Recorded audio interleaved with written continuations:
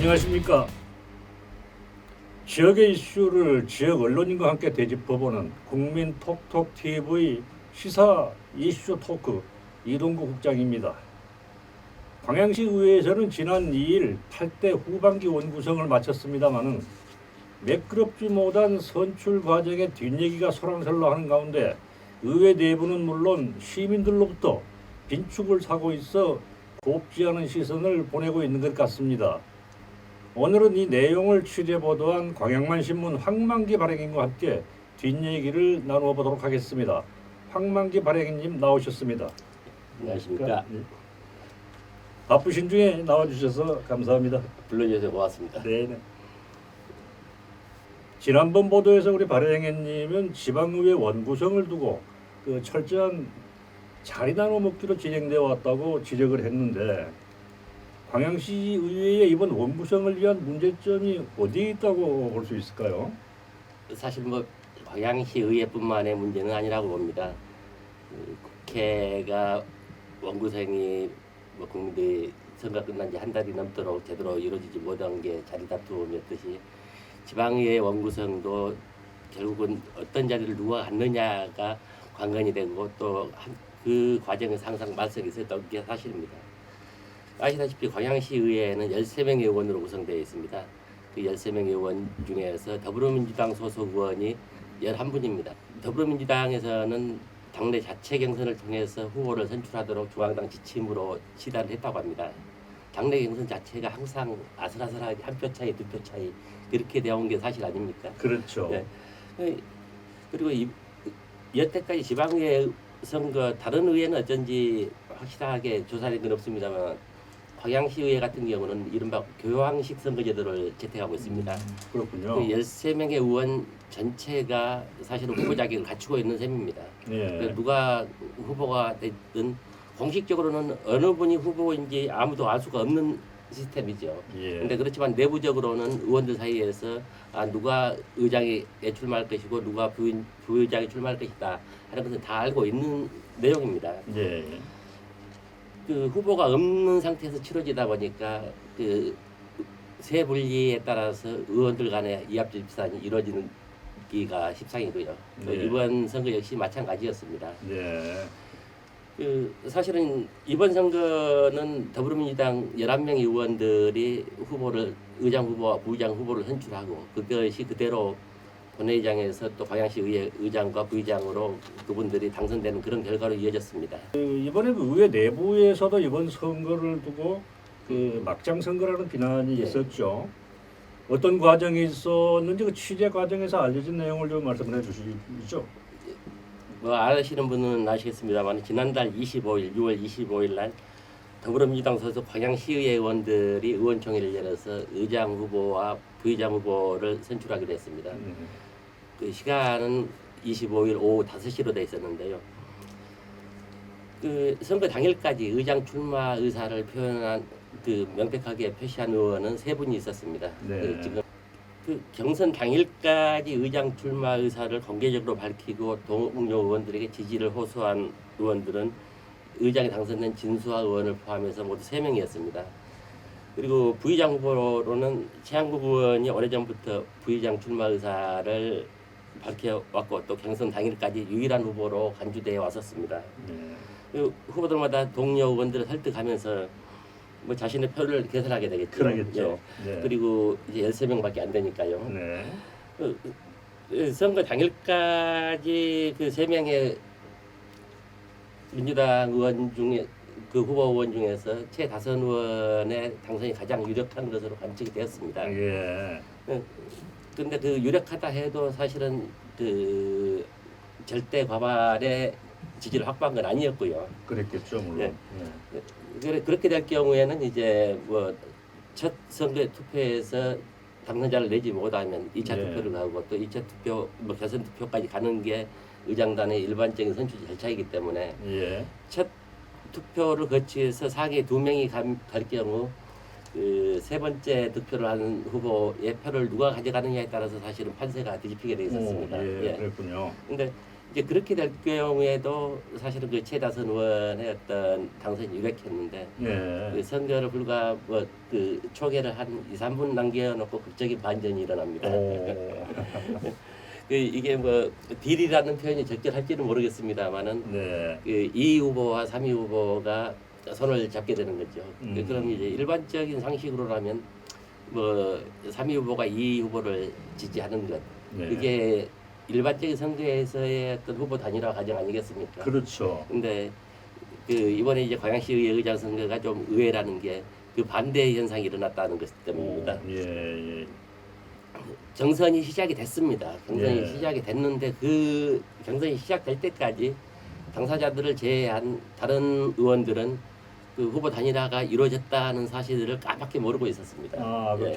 결선 전까지도 몰랐던 말씀인가요? 그렇죠. 그 총회 의원총회 당 그 시간 그때까지도. 예. 근데 돌연히 이제 그 후보들마다 뭐 의장 후보로서 정견 발표를 하도록 돼 있었는데 예. 그 특정 후보가 직전까지 의장 출마를 공언했던 후보가 의장 후보 불출마 사퇴. 뭐 사퇴라는 표현이 적절할지는 모르겠습니다. 아무튼 의장 후보로 출마하지 않겠다고 선언을 해버립니다. 그러면 일반적으로 생각할 때는 새 분리를 느껴서 뭐 그럴 수도 있겠다 하고 할 수도 있는데 그래가지고 그럼 나머지 2명의 후보를 상대로 선거가 진행이 됩니다. 투표가 진행이 됐습니다. 근데 여기서 극적인 반전이 일어난 거죠. 그 가장 열세로 치부됐던 진수화 후보가 의장 후보로 당선이 된 겁니다. 거기 의장 선거에서만 그친 게 아니었거든요. 또 이제 부의장 선거는 앞서 말씀드렸다시피 또 그 최한국 후보 의원이 오랫동안 준비를 해 왔습니다. 그리고 그때까지도 선거 당일까지도 부의장 출마 의사를 공언한 사람은 최한국 의원 한 분이었지요. 그런데 돌연히 이제 또 제3의 후보가 부의장 선거 후보 출마를 선언을 하고 또 선거 결과 또 다시 한번 이변이 일어납니다. 비단 이번 선거뿐만이 아니라 의회 원구성을 싸고는 유사한 잡음이 가끔 변발하게 일어나는 그런 상황이죠. 그렇죠. 사실은 이번이 뭐 특별한 경우도 아닙니다. 그 지방의 출범 이후에 역대 의장 선거가 제대로 순조롭게 이루어진 적이 별로 기억이 없습니다. 그 의회 원구성은 어떻게 보면 철저하게 의회 내부의 문제입니다. 그러겠죠. 그 유권자들이 의원들이고 의원들이 아니면 그 누구도 관여할 수 없는 구조죠. 그러다 보니까 선거운동 방식도 굉장히 은밀하게 또 비밀스럽게 질 수밖에 없습니다. 물론 이제 의원들 사이에서는 어떤 의원이 어떤 후보를 지지한다 하는 정도는 익히 알고 있지만 그것마저도 완전히 오픈된 것은 아닙니다. 실질적으로 다 알고 있다 해도 그게 공개된 적은 별로 없었고요. 뭐 교양식 선거제도라고 하는데 이게 이제 뭐 수백 년, 수천 년의 전통을 가지고 있는 교황식 선거제도를 교황식이라면 누구나 후보가 될 수 있다는 그렇죠. 그런 그 의미를 두고 있는 추기국들 거죠. 누구나 그 자리 투표권자 누구나 후보가 될 수 있다는 거지요. 근데 이 제도가 뭐 원활하게 잡음 없이 이루어진다면 별 문제가 없겠지만 그 의원님들에게 뭐 성직자 같은 도덕성을 요구할 수는 없는 것 아니겠습니까? 그렇죠. 그럼에도 불구하고 그런 모순적인 선거제도를 도입한다는 건 좀 문제가 있지 않는가. 근데 최소한 이제 그런 걸 막기 위해서는 뭐 이게 의회 내부의 선거라 하더라도 후보 등록 제도를 둔다거나 아니면 뭐 의원들 간에 선거에서 모든 선거에서 열세인 후보들이 뭐 당선을 위해서 혹은 승리를 위해서 뭐 단일화를 하거나 또 합정 연행하는 것은 얼마든지 있을 수 있고 또 용인될 수 있다고 봅니다. 그렇지만 그것도 금도라는 게 있지 않느냐. 어떻게 보면 좀 기만연술까지 동원돼야 된다면 그게 과연 민주주의의 그 뿔뿔이 민주주의를 구현하는 지방의회에서 의회 정치로서는 참 불합리하다. 그게 바람직한 것인가? 그건 좀 의원들 스스로도 곱씹어볼 필요가 있다고 보고요. 그 사실은 시민들도 의장단 의회 원구성의 그 과정에 대해서 좀 관심을 갖고 또 어느 정도 좀 알 수 있는 시스템이 있어야 되지 않느냐. 어떤 의원이 어떤 생각을 가지고 계시기에 의장이 되려고 하는지 또 어떤 의원이 되면 물론 이제 투표는 철저하게 투표권자인 의원들이 합니다만은 그렇다 하더라도 그 사람들의 됨됨에 대해서는 시민들도 좀 평가할 수 있는 기준이 제시되지 않을까 그런 생각도 있습니다. 광양시 의회 내에서도 그 소수당의 모 의원은 이런 얘기를 했어요. 다른 시군 같은 방금 우리 발행님 말씀하신 대로 그 본선 2, 3일 전에 부의장에서 그 의장, 부의장, 상임위원까지 사전에 입후보를 해서 상임위원장까지 네, 거기 그 입후보됐던 후보들을 상대로 대상으로 해서 특별한 사유가 없는 한 본선까지 가서 거기 선출하는 이런 제도들을 시행하는 데도 있더라고요. 예.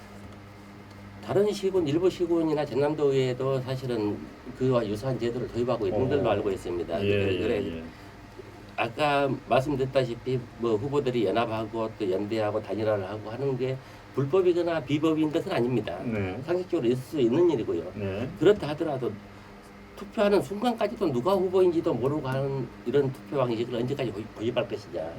이건 분명히 손을 볼 필요가 있다고 봅니다. 네. 최소한 2, 3 현재 그 광양시는 우리 그 예산 집행에 대한 적정성에 대한 그 시민들이 지적한 의문점이 상당히 많이 있죠. 그 취재를 하시면서 느끼실 겁니다만은. 근데 결국 의회가 제 기능을 다 하지 못한다고 하면은 이게 그 행정부하고 대등한 위치에서 교섭을 하기에는 좀 어려움이 따르지 않겠습니까? 결국은 그것은 의회가 얼마나 제 역할을 하느냐의 문제인데 그렇죠. 이제 과연 그 광양시의회 특히 8대 광양시의회가 그러한 역할에 충실하고 있는지 네. 그것은 결국은 시민들이 평가할 일 아니겠습니까? 네, 그렇죠.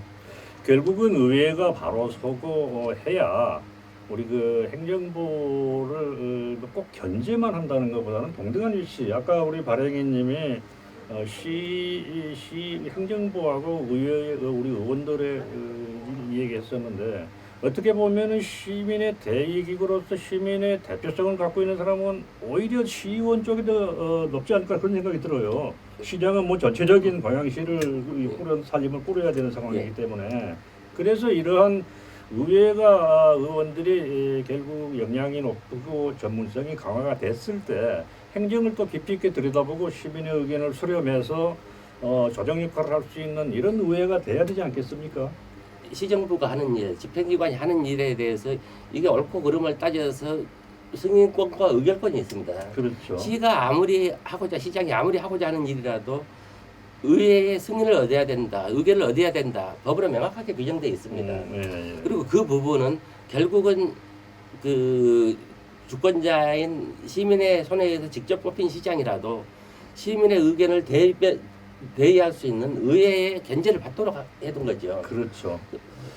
오늘 발행님 어렵게 또 나오셨는데 우리 광양시 의회의 발전을 위해서 꼭 한마디 좀 던져주고 싶은 화두가 있을까요? 글쎄요, 그 이제 하반기 의장으로 당선된 진수화 의장께서 당선 소감을 통해서 변화와 혁신을 이끌겠다고 말씀하셨습니다. 아마 변화와 혁신을 가장 키워드로 들었던 것 같은데요. 뭐 물론 이제 그러한 이면에는 그동안의 의회에 대한 어떤 시민들의 인식에 대한 반성도 포함이 되어 있다고 봅니다. 네. 아무튼 뭐 우여곡절 끝에 당선이 됐습니다만은 진수화 네. 의장께서 그 광양시 의회 바람직한 변화 또 바람직한 혁신을 이끌어 주셨으면 합니다. 네.